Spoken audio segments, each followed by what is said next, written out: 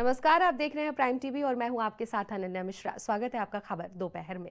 आज राष्ट्रपति के अभिभाषण के साथ बजट सत्र का आगाज हो चुका है।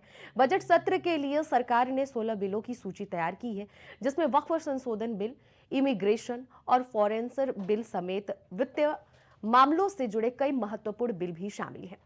इससे पहले संसद को संबोधित करने के लिए राष्ट्रपति पारंपरिक बग्गी पर संसद भवन पहुंची। राष्ट्रपति ने अपने अभिभाषण में महाकुंभ हादसे पर शोक जताया और घायलों के जल्द स्वस्थ होने की कामना भी की। माननीय संसद सदस्यों, संसद की इस बैठक को संबोधित करते हुए मुझे हार्दिक प्रसन्नता हो रही है। अभी 2 माह पहले हमने संविधान को अपनाने की 75वीं वर्षगांठ मनाए हैं और कुछ दिन पहले ही भारतीय गणतंत्र ने 75 वर्षों की यात्रा भी पूरी की है।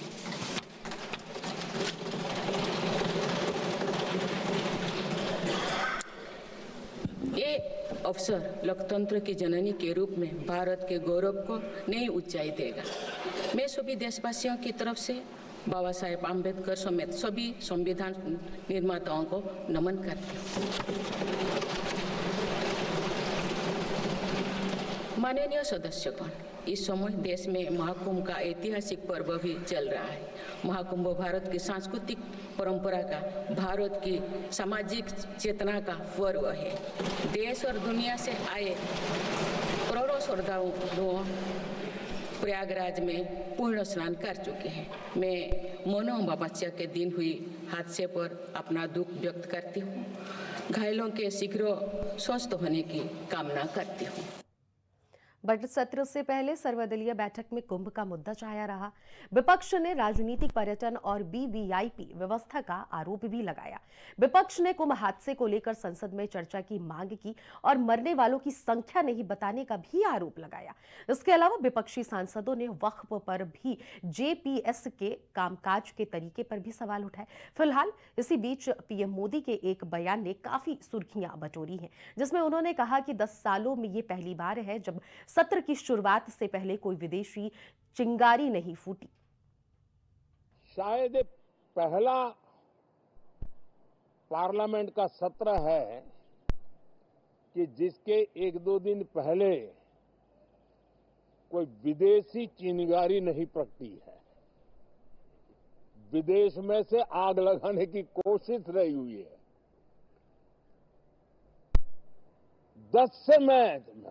10 साल से यानी 14 से देख रहा हूं, हर सत्र के पहले शरारत करने के लिए लोग तैयार बैठते थे और यहां उसको हवा देने वालों की कोई कमी नहीं है।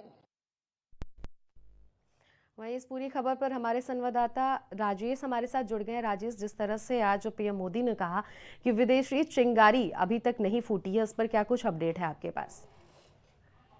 बिल्कुल अनन्या, जिस तरीके से देखा जाए तो आज जो बात चल रही थी तो उसको लेकर पीएम मोदी ने खुद ये कह दिया है कि जिस तरीके से विपक्षियों ने आवाज उठाई थी, सांसदों ने वक्त पर बनी जेपीसी की कामकाज के तरीके पर सवाल उठाए थे और कह रहे कि ये बयान जो है काफी सुर्खी, जिसमें उन्होंने कहा कि 10 सालों में पहली बार ऐसा हुआ है कि जब सत्र के शुरुआत से पहले कोई विदेशी चिंगारी नहीं भड़की है। तो जाहिर सी बात है कि बजट सत्र है और कल संसद में आम बजट पेश किया जाएगा और जनता को बजट से काफी उम्मीदें हैं। लेकिन आपको बता दें कि बजट सत्र में 5 फरवरी को दिल्ली में होने वाले विधानसभा चुनाव को चलते संसद की कार्रवाई भी नहीं होगी। तो ऐसे तमाम चीजें हैं कि जिसको लेकर पीएम मोदी लगातार जो है इसको लेकर आवाज उठाते थे। वहीं दूसरी तरफ आपको बता दें कि बजट सत्र के पहले सर्वदलीय बैठक में कुंभ का मुद्दा छाया रहा, क्योंकि कुंभ में जिस तरीके से भगदड़ हुई, कुंभ में जिस तरीके से हादसा हुआ है, कुंभ में जिस तरीके से आगजनी हुई, तो जाहिर सी बात है कि विपक्ष जो है कहीं न कहीं देखा जाए तो सरकार को घेरते हुए नजर आया। और उसके अलावा जो इसमें मरने वाले की संख्या थी भगदड़ में, उस पर आरोप लगाया सरकार पर कि सरकार जो है वो सही आंकड़ा नहीं दे रही है। तो जाहिर सी बात है कि इन तमाम मुद्दों पर घेरते हुए विपक्ष दिखा है। बिल्कुल राजेश, जिस तरह से आज कुंभ को लेकर इस बैठक में सबसे ज़्यादा मुद्दा कुंभ का छाया रहा है, इस पर और क्या कुछ अपडेट आ सकता है? क्योंकि सरकार की तरफ से जो आंकड़े आए हैं वो अभी तक 30 ही बताए जा रहे हैं। हालांकि कई रिपोर्ट से ऐसे दावे कर रहे हैं कि 30 के जो आंकड़े आए हैं वो गलत हैं, इससे ज़्यादा लोगों की मौत हुई। इस पर क्या लग रहा है कि सत्ताधारी सरकार आगे क्या कुछ फैसला लेने वाली है?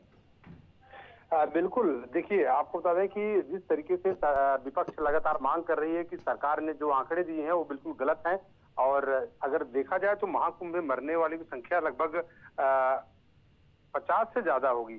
तो जाहिर सी बात है कि इसको लेकर सरकार को लगातार घेरते हुए विपक्ष नजर आता है। और वहीं आपको बता दें कि आज जो है द्रौपदी मुर्मू ने आज बजट सत्र से पहले सर्वदलीय बैठक से पहले ही उनका अभिभाषण हुआ।